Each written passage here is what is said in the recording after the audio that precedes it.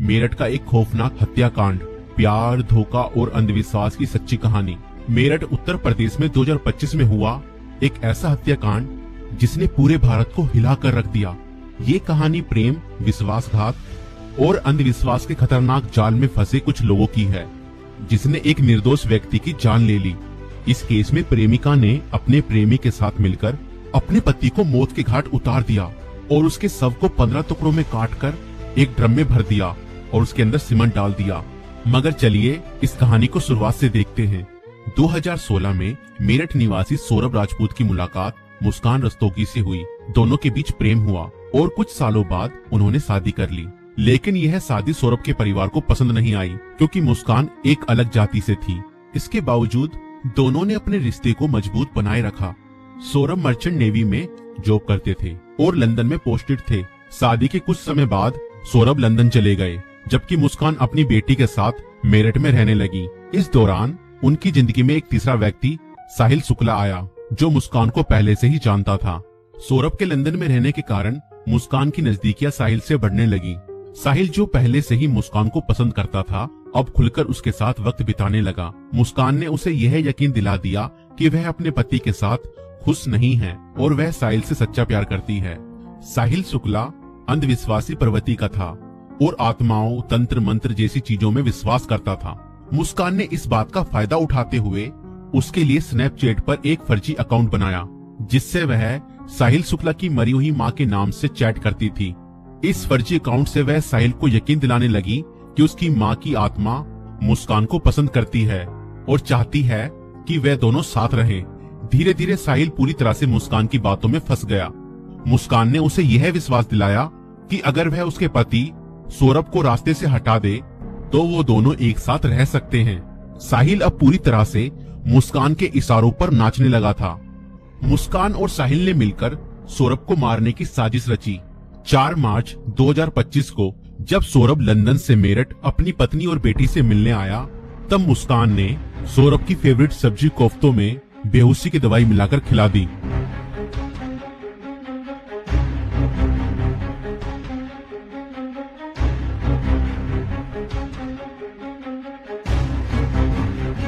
और जब सौरभ बेहोशी की हालत में बिस्तर पर पड़ा था, तब मुस्कान ने अपने दोस्त साहिल को बुला लिया और रसोई में जाकर वो बड़ा और धारदार चाकू ले आई, जो मुस्कान और साहिल ने पहले से ही प्लानिंग करके खरीदे हुए थे। और करीब 20 मिनट तक साहिल ने मुस्कान को बताया कि कैसे उसे अपने पति का वध करना है।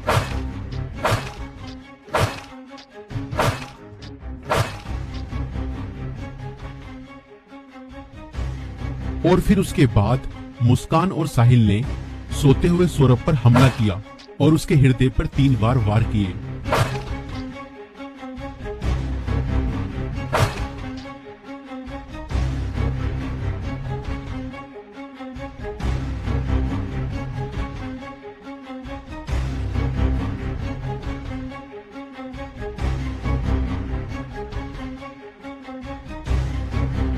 और घर में पड़े कूलर को भी ऑन कर दिया ताकि उसकी आवाज किसी को भी ना सुनाई दे। जब उन्होंने सौरभ को खत्म कर दिया, उसके बाद वह उसकी बॉडी को बाथरूम में ले गए।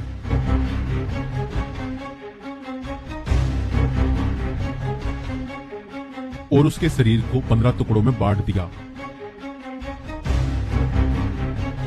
सौरभ को खत्म करने के बाद उन्हें इस बात की चिंता हुई कि अगर सब बरामद हो गया तो पुलिस उन तक जरूर पहुंच जाएगी। इसलिए उन्होंने सबको ठिकाने लगाने की योजना बनाई और मुस्कान बाजार जाकर एक प्लास्टिक का ड्रम खरीद लाई। और मुस्कान और साहिल ने सौरभ के शव के टुकड़ों को उस प्लास्टिक ड्रम में डाल दिया और ऊपर से सीमेंट भी डाल दिया ताकि उसकी बॉडी की स्मेल बाहर न जाए। और उसके बाद उन्होंने उस ड्रम को घर के एक कोने में रख दिया। इसके बाद मुस्कान और साहिल ने सौरभ के मोबाइल फोन से उसके सोशल मीडिया अकाउंट को एक्टिव रखा। उन्होंने सौरभ के अकाउंट से हिमाचल प्रदेश की शिमला की तस्वीरें और स्टोरीज पोस्ट की ताकि लोगों को लगे कि वह घूमने गया है। उन्होंने उसकी फैमिली और दोस्तों को यह यकीन दिलाने की कोशिश की कि सौरभ जिंदा है और बाहर यात्रा कर रहा है। इस दौरान मुस्कान और साहिल खुद भी शिमला घूमने चले गए ताकि अगर कोई लोकेशन ट्रैक करे तो किसी को शक न हो। लेकिन किसी भी अपराधी की तरह वह भी ज्यादा समय तक बच नहीं पाए। सौरभ के परिवार ने जब उससे संपर्क करने की कोशिश की और कोई जवाब नहीं मिला तो उन्हें शक हुआ। परिवार ने मेरठ पुलिस में गुमशुदा की रिपोर्ट दर्ज कराई।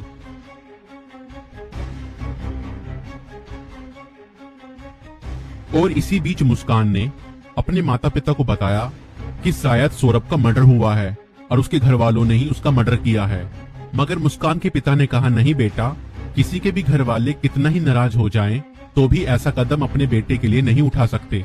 बेटा, मुझे सच सच बताओ, सौरभ कहाँ है? मुझे सच्चाई बताओ, मैं किसी से कुछ नहीं कहूँगा। और तब मुस्कान ने अपने पिता को बताया कि उसने और साहिल ने मिलकर सौरभ को खत्म कर दिया है। और इतना सुनते ही मुस्कान के पिता ने पुलिस को सारी खबर बता दी।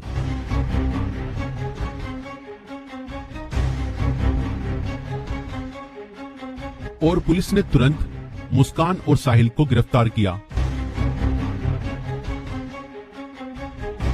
और उस प्लास्टिक ड्रम को भी बरामद किया जिसमें सौरभ के शव के टुकड़े थे।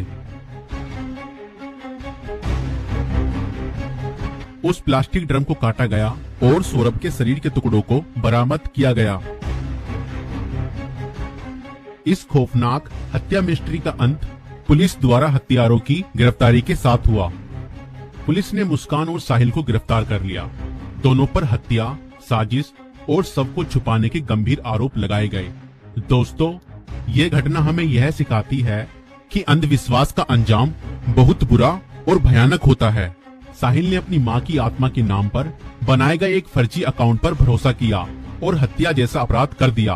और गलत संबंध और रिश्तों का अंजाम बहुत बुरा ही होता है।